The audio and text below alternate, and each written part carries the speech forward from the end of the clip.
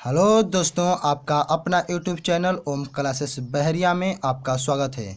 दोस्तों, अगले वीडियो में हम लोगों ने सीखा आयत के बारे में। आयत का परिमाप और क्षेत्रफल को सिद्ध किया गया। अगले वीडियो में आप सभी लोग देखें कि किस प्रकार आयत का परिमाप 2 इंटू लंबाई प्लस चौड़ाई सिद्ध होता है, और उसके बाद आयत का क्षेत्रफल एरिया को भी सिद्ध किया गया कि किस प्रकार आयत का क्षेत्रफल लंबाई गुणे चौड़ाई होता है। दोस्तों, और इस वीडियो में हम लोग जानेंगे कि आयत का विकर्ण क्या होता है, उसका फार्मूला क्या होता है, और किस प्रकार आयत का विकर्ण निकाला जाता है। तो आइए दोस्तों, हम चलते हैं अपने टॉपिक की ओर, आयत का विकर्ण। दोस्तों, आप देख सकते हैं कि आयत का विकर्ण, जी हाँ, आयत के विकर्ण में हम देख सकते हैं यहाँ पे आकृति में कि एक आयत है और इस आयत में दो विकर्ण हैं। विकर्ण कौन कौन है देखिए, ए और सी और बी और डी, ये दोनों विकर्ण है। इसलिए पहले पॉइंट में लिखा गया कि आयत में दो विकर्ण होते हैं। आयत में दो विकर्ण होते हैं। अब वो दो विकर्ण कौन कौन हैं, तो चित्र के माध्यम से देखिए। एक विकर्ण है ए और सी और दूसरा विकर्ण है बी और डी। दूसरा टॉपिक में देखते हैं, आयत के दोनों विकर्ण दो बराबर भागों में आयत को बांटते हैं। जी हाँ, ये जो आयत के दो विकर्ण यहाँ पे बताए ना कि ए सी और बी और डी, ये आयत के दो विकर्ण हैं जो आयत को दो बराबर भागों में बांटते हैं। जैसे आप देख सकते हैं यहाँ पे कि ए और सी जो है आयत को इसे दो भागों में इसे बांट रहा है। इसे आयत को दो भाग में बांट देगा ही, तो एगो इधर त्रिभुज बनेगा ए बी सी और उधर एक त्रिभुज बनेगा ए डी सी। यानी आयत का जो विकर्ण होते हैं वो आयत को दो भागों में बांटते हैं, जिसके उपरांत हमें समकोण त्रिभुज प्राप्त होता है। आइए देखते हैं तीसरा टॉपिक में। तीसरा टॉपिक में है कि आयत के दोनों विकर्ण एक दूसरे को बिंदु ओ पर प्रतिच्छेद करते हैं। जी हाँ, आप देख सकते हैं चित्र के माध्यम से डायग्राम में बताया गया है कि आयत के जो दोनों विकर्ण हैं, एगो ए और सी ये जो विकर्ण है और बी और डी जो विकर्ण है, ये दोनों आपस में एक दूसरे को एक बिंदु पर काटते हैं, जो बिंदु आपके चित्र में है ओ।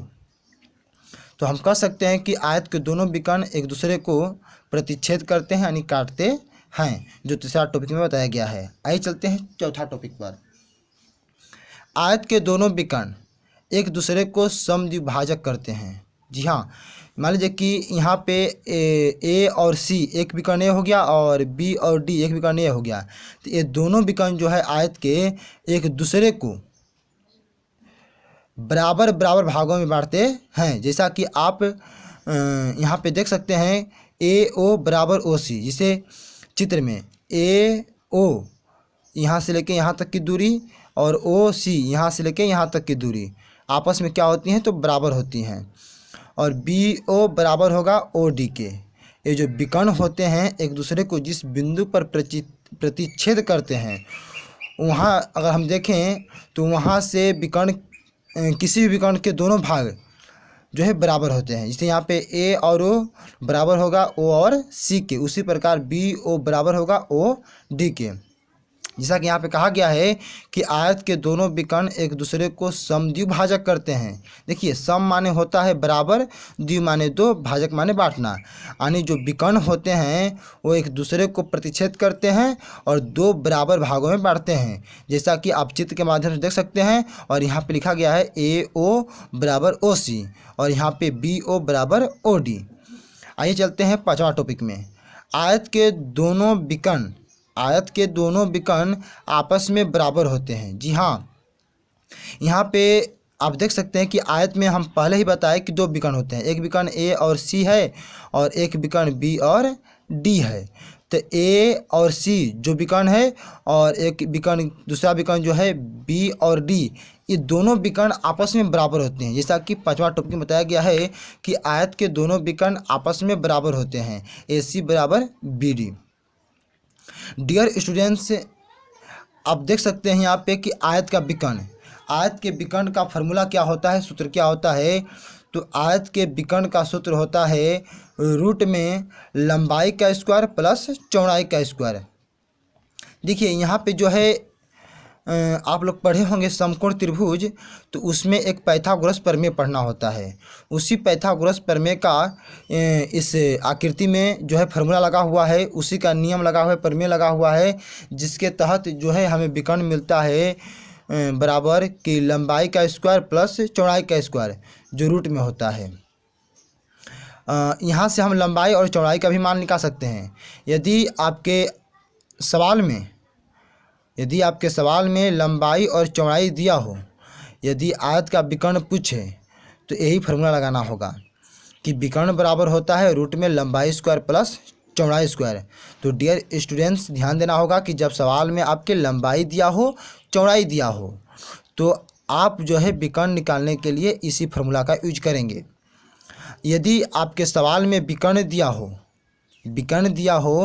और चौड़ाई दिया हो, लंबाई पूछे, तो उसके लिए नीचे सूत्र लिखा गया है।